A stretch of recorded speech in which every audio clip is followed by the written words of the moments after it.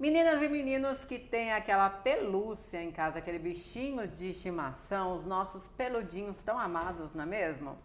E aí, para essa adaptação, né? Tem algumas coisas que é necessário um adestrador ou saber como lidar com certas situações, não é mesmo?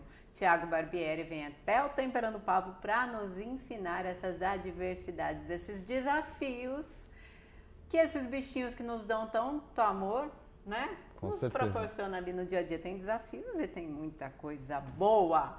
Tiago, seja bem-vindo, viu? Obrigado, Ariane, pelo convite e vamos falar bastante sobre os nossos melhores amigos. Ah, é verdade. Tem um minha amigo também, né? É, Tem de tudo. Vamos lá.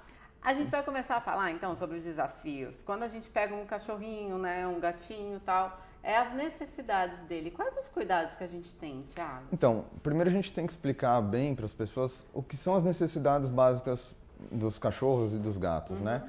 Que não se resumem só a fazer o xixi e cocô, né?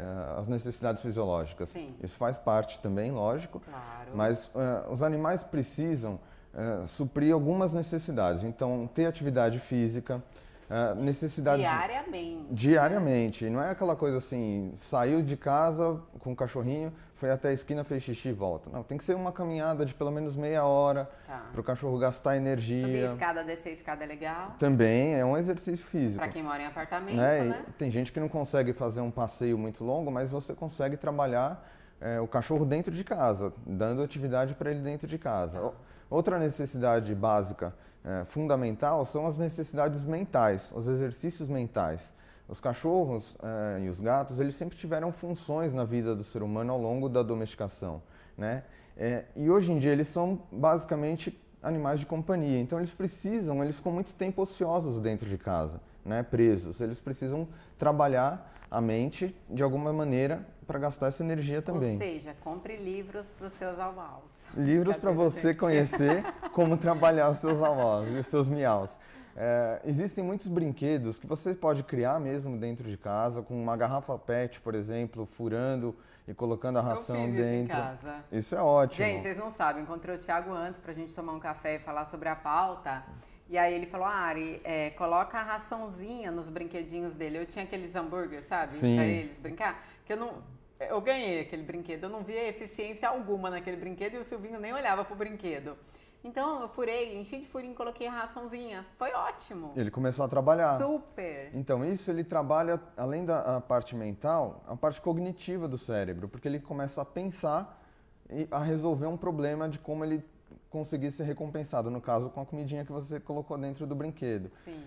Existem as necessidades também sociais, por isso que é importante também o passeio. Quando você passeia com o seu cachorro, vai num parque e ele tem contato com outras pessoas e outros cães, ele aumenta o nível de socialização dele. Então, isso também é importante para ele ser um cachorro equilibrado. E aí você vai ter, equilibrando as necessidades básicas dos seus animais, você consegue diminuir a possibilidade dele ter um problema comportamental. Por exemplo, o cachorro que fica se lambendo muito o tempo inteiro, o cachorro que destrói móveis quando ele fica sozinho, porque isso gera ansiedade de separação do dono, o cachorro que fica mais agressivo com outros cachorros, porque ele não tem a socialização. Então, isso é interessante. E os cachorros que já são agressivos, que não têm essa parte social, o que fazer?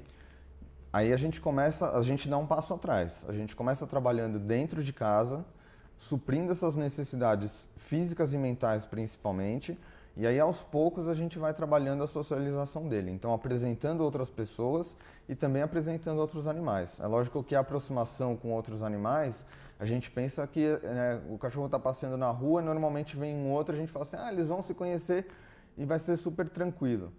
Normalmente é assim, Às né? vezes mas nem sempre. Se você já tem um cachorro agressivo ou reativo, você tem que tomar cuidado com isso. Então, às vezes a simples presença ali, alguns metros de distância, mas ele já vê um outro animal, ele já sentiu o cheiro, já é o suficiente, é o estímulo necessário que ele precisa para ele ter aquela informação. E aí, aos poucos, você vai aproximando mais, para diminuir o nível de ansiedade dele. Perfeito, maravilhoso. E é verdade que os machinhos, por exemplo, chegou visita em casa, ele vai fazer alguma forma para marcar o território? Isso acontece? O que a gente também tem que fazer para reagir a isso? Isso acontece principalmente nos cachorros que não são castrados. Tá. Né? E a gente, como profissionais que lida com o comportamento animal e que no dia a dia com os animais, a gente tem muito contato também com os veterinários.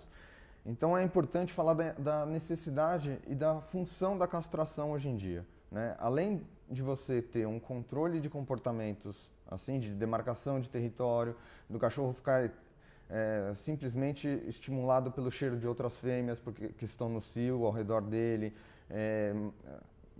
até mesmo brigas territoriais. Então quando você castra o cachorro, você tem um cachorro mais tranquilo, ele é mais sociável com outros animais e com a família, com outras pessoas.